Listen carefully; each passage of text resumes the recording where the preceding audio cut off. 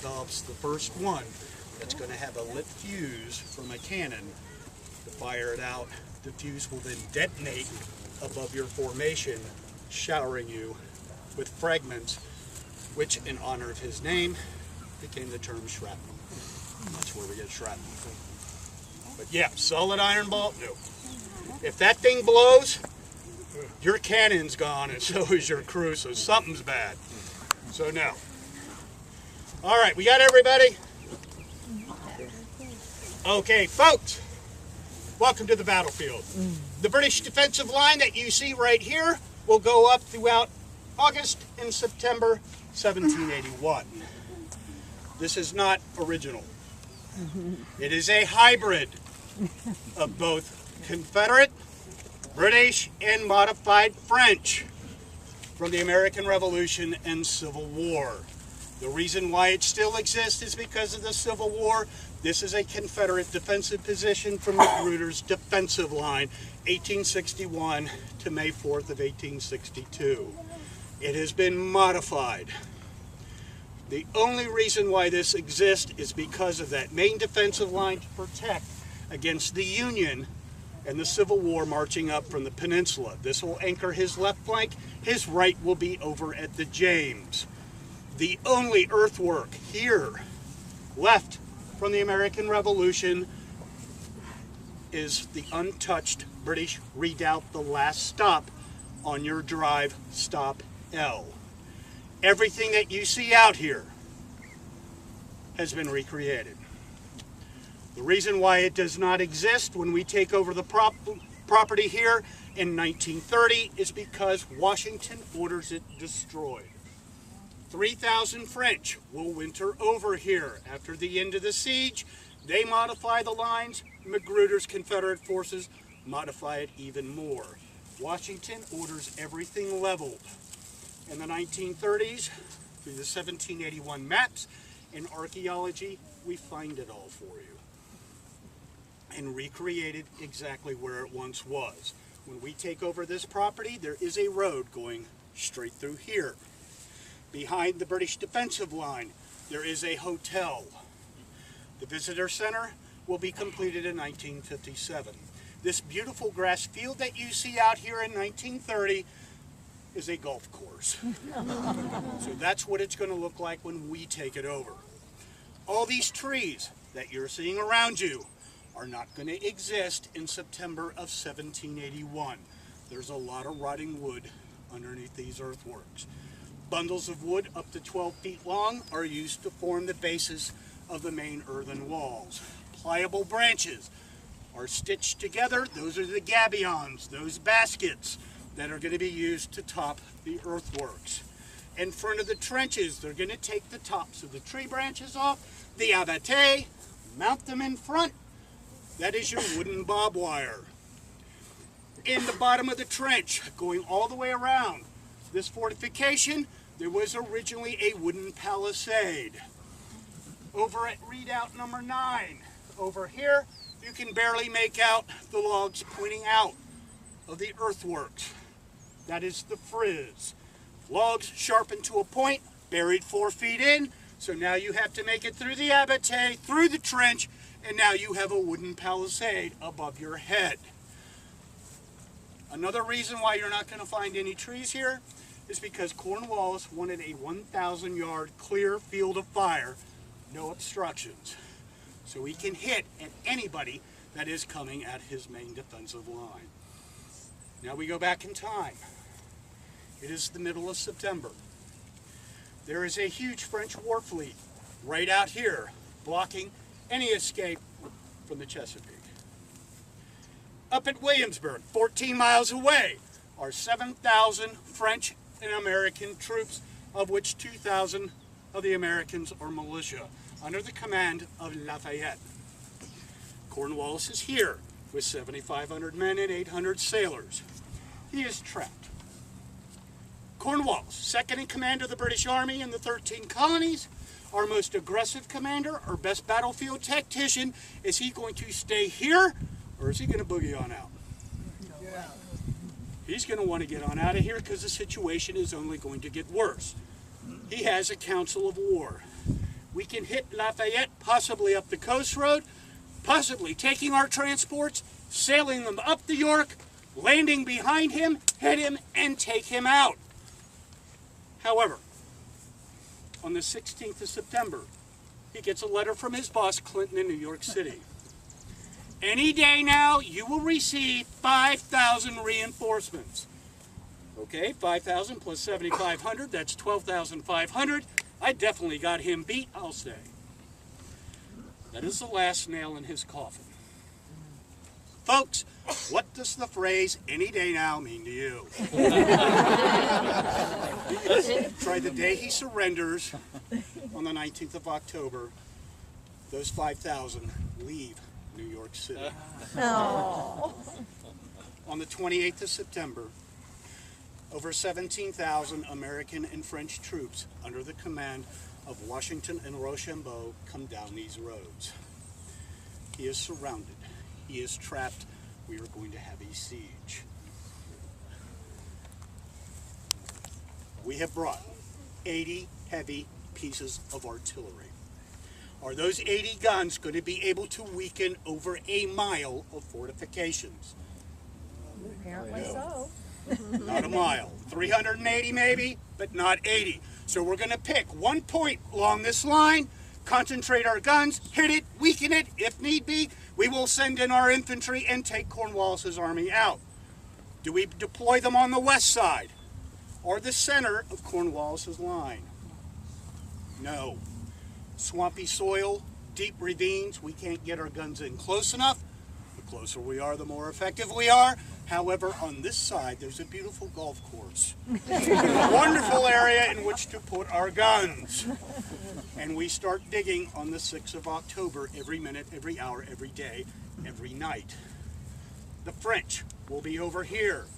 They will start digging approximately 800 yards away. The Americans will finish it 1,000 yards away, semicircle going all the way over towards the waterfront. On the 9th, the first siege line is completed. They move the guns in. The French will open fire first, 5 p.m. Washington lights off the first round. We will hit this place every hour, every day, every night. We will fire 15,437 rounds of artillery into this place. Yes, we counted them all. It will be about 1 round every minute. We will fire so much artillery into this area, we will damage or destroy 80% of the town of Yorktown. It will never recover. In the mid-1700s, surrounding area bringing the tobacco in, we have a population of 1,800. Our first national census of 1790, we will have 661. Today, it is 200. We hammer this place. Do we stop digging? No. We want to get those guns in closer. And on the 14th, you are seeing the second and final siege line here for the French and then the Americans. However, we cannot complete our siege line that you're seeing there because of redoubt number 10 on the waterfront, holding about 70 enemy troops, and redoubt number 9 with 120 to 170 enemy troops. We're going to do what we don't want to do, and that is make an infantry assault. Now, we tried at the beginning of the siege on the other side of Yorktown. We have recreated the Royal Welsh Fusilier redoubt on the waterfront, protecting the extreme right of Cornwallis's line. The French tried 3 times. 3 times they are driven back. 2 reasons. 1, the Royal Welsh Fusiliers is a really good infantry unit. 2, there is a British warship anchored there, firing a broadside into the French as they are advancing towards that redoubt. So the French go, okay, we got your number, pal, except they say it in French. They go build an artillery battery about 450 yards or so away. On the 10th, it is completed. They pull their guns in. They take that solid iron shot and they heat it till it is glowing red. Hot shot. Take those guns, they open fire on the HMS Sharon, a 44-gun frigate, and set it on fire. There are not enough people on board to supply any water or to fight the fire because why? They're all next to the cannons. They're manning the gun positions all in Yorktown. It catches fire, drifts over to Gloucester, it sinks. We find it through underwater archaeology in the 30s. Bring those guns up. Those are the ones that are on display in the visitor center. Now we're going to make another infantry assault on the night of the 14th. We're not going to make one, we're going to make three. Royal Welsh Fusiliers, Gloucester, and here. Simultaneous assault, confuse the British. However, that one goes off an hour late. Gloucester plane fails. This one, the one that we need to succeed, will. We will go into the dark of night. Bayonets only, the weapons will be unloaded. Last thing I want is for you to trip and fall and ruin this wonderful surprise. 400 Americans under the command of Lafayette. Well, technically it is his force, but it will be personally led by Alexander Hamilton, the guy on your $10 bill. 400 elite white infantry. One of those companies is from the 1st Rhode Island. They are famous for what? They are freed slaves. They are going to hit readout number 10, the smaller one. 400 French from 4 different regiments. One of those regiments is the Royal Dupont. They are Germans from Zweibrücken. Yes, the Germans fought on both sides here. They will hit readout number 9 with 120 plus troops in it.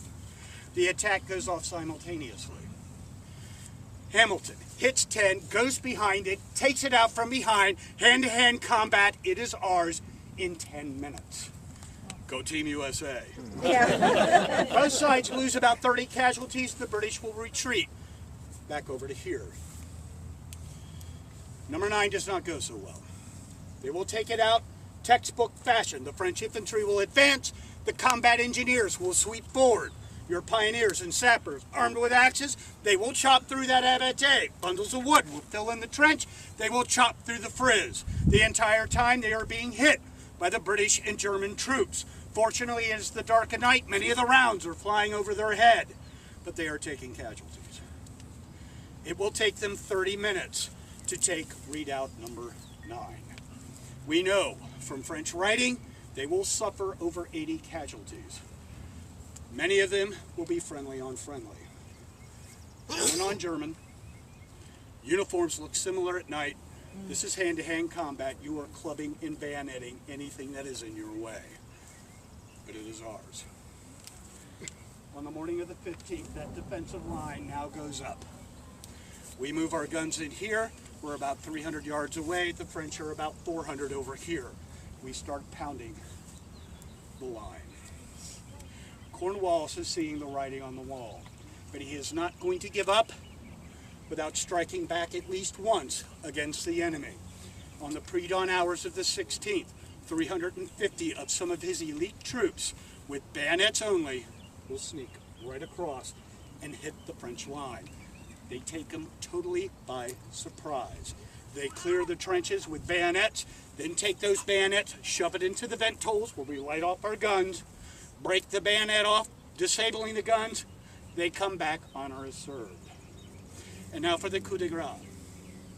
Cornwallis is going to do to Washington what Washington did to the British repeatedly at the beginning of the war, and that is run away. 1776 on Long Island. General Howe has got Washington trapped with his back to the sea. We will finish him off with a siege. No. 2 of his subordinate commanders, Cornwallis and Clinton, take him out now in this. No, we will do it with a proper siege. Bad move. Darkness rolls in, fog rolls in. Washington takes his entire army by small boats, moves across back to the mainland. I'm gone. Second Battle of Trenton, 1777. Washington is behind good defensive position. The creek, in comes Cornwallis's army. It has been marching all morning, all afternoon, all evening. They are tired. They're exhausted. They're going through the rain, the mud. Ambush assaults. They make it late that evening. Cornwallis forms up his army. Hit them. He does. They are repulsed. He hits again. They are driven back. Hits again. They are repulsed. All right. Stop, the troops are exhausted. I have more troops, better troops. When they are arrested, we will bag the fox on the morrow. Bad move. Washington leaves the campfires burning, takes his troops around to the north, does an in-run pattern, goes up north, hits Princeton, takes it out, boom, he's gone. Well, Cornwallis is going to do that here. In the dark of night of the 16th, he is going to take his army on small boats, cross the 800 yards over to Gloucester, join with his 1,000 troops over there, hit the weaker American and French forces, take them out, I am gone. However, he does not have Washington's karma. A massive storm hits, swamps and damages his boats. He is trapped. He will have no recourse but to surrender. On the morning of the 17th, as we are pounding the line, somebody on the Allied side notices a British drummer up on the earthworks, pounding away on his drum and probably dodging cannonballs. For the first time, the order will go out. Cease fire! And the line goes quiet. They hear the beat. It is parley. The British wish to talk. When the guns go silent, that's when a British officer will climb up on the earthworks, waving a white handkerchief. Of course, he was probably waiting to see if the drummer got waxed first. He's allowed to cross over to the other side. He is blindfolded with his handkerchief, taken to Washington's headquarters. What do you want? Lord Cornwallis wishes to discuss terms for a ceasefire, an armistice. Oh, I don't think so. Washington knows Cornwallis is at the end of his ropes. He might have reinforcements coming. Washington wants this siege over now. I agree to nothing, but I will agree to terms of surrender. Go back. The British officer will come back, cross the line. When he is safely across, we have agreed to nothing. We open fire. We will kill several of the British on the lines here. Cornwallis will send his reply. What do you want? Lord Cornwallis wishes to discuss terms of surrender. That's what I'm looking for. Cornwallis will send 2 of his officers a mile down the road to the Moore House, which is open today. It is the first home that we have ever restored in the National Park Service. 1 American, 1 officer will meet them there on the 18th. They will meet and draw up the Articles of Capitulation. What's going to happen to Cornwallis' army and how they will surrender. It goes all day, all night. One of the sticking points is Cornwallis will not be given the honors of war. He will not be allowed to march out of here with flags flying, leading a tune in honor of the American and French forces. They will be cased. They will have to beat a German or British march, and they will go to prisoner of war camps. They will not be paroled. Whoa, whoa, whoa, whoa, whoa, whoa, whoa. Why so harsh? Because my second in command, Benjamin Lincoln, when he surrendered to the British last year at Charleston, he did not get it. You will not get it. Whoa, that was Cornwallis. He wasn't in charge. That was actually Clinton. He was in charge of that entire operation. He made that decision. I don't care. You're not getting it. Cornwallis will not be given the honors of war. He will not have any other choice but to agree. On the 19th, he will sign the document. Over here, by readout number 10, in the trenches, Washington signs the document. The siege is over. We have won. That afternoon of the 19th, over 3,000 British and German troops will march down what is now Surrender Road. The American army is lined on the east, the French to the west. The British are being led by their commander, second in command, General O'Hara, not Cornwallis, with Cornwallis' sword. Cornwallis pleads illness. We know during the Southern campaign he had become severely ill. There was a lot of illness behind this camp. That may have been very well true. But we also know a couple of days later he was partying with the best of them. As O'Hara is marching down with Cornwallis' sword, he stops and he sees General Washington. And he sees General Rochambeau. Who does he turn to with the surrender sword? Oh no. As he goes to Rochambeau, Rochambeau does what? Points to Washington. Ah, no. I am not in command. It is General Washington. He is Big Toe. To Washington, he will offer the sword. Who will do what? Supposedly saying, oh, from never such a good hand, points to his second in command, General Lincoln. Basically, your second in command is surrendering to mine. He offers the sword to Lincoln. Lincoln will take the sword with honor. He will give it back. The British continue down to what is now Surrender Field. They will lay down all their arms, their ammunition, their instrument, those cased flags, of which several are missing. Sour grapes on a couple of British regiments. They ripped them off and snuck them back to New York. But that's okay. The Allies have won. This is the largest surrender of the American Revolution. This is the last major action of the American Revolution. There will be small engagements down south in the Carolinas, but nothing that's going to alter the course of the war. News will go back to London. Lord North's government will receive it. They will fall in with its support of the war. The British will be marched up to northern Virginia to prisoner of war camps. The Germans to Frederick, Maryland. We have won. British colonial America begins in May of 1607, just 23 miles from here. And out of all the 13 colonies, this is where it comes crashing to a close, here at Yorktown. We signed a Declaration of Independence on the 4th of July, 1776. Did that make us free? No. We had to fight for it. 6.5 years of warfare and almost 30,000 lives. But it's achieved here, which is why we need to remember the battlefield site here at Yorktown and the date, 19 October 1781. And folks, that concludes my program. I want to thank you for coming out and visiting the park. My name is Mike, and I hope you guys have a great day. I have a question. I don't quite understand the definition of redoubt. Redoubt is an earthen and wood fortification. It can be star-shaped, it can be circular, it can be square, rectangular, and what you're going to use, those are defensive outposts or miniature forts that you can build inside your line.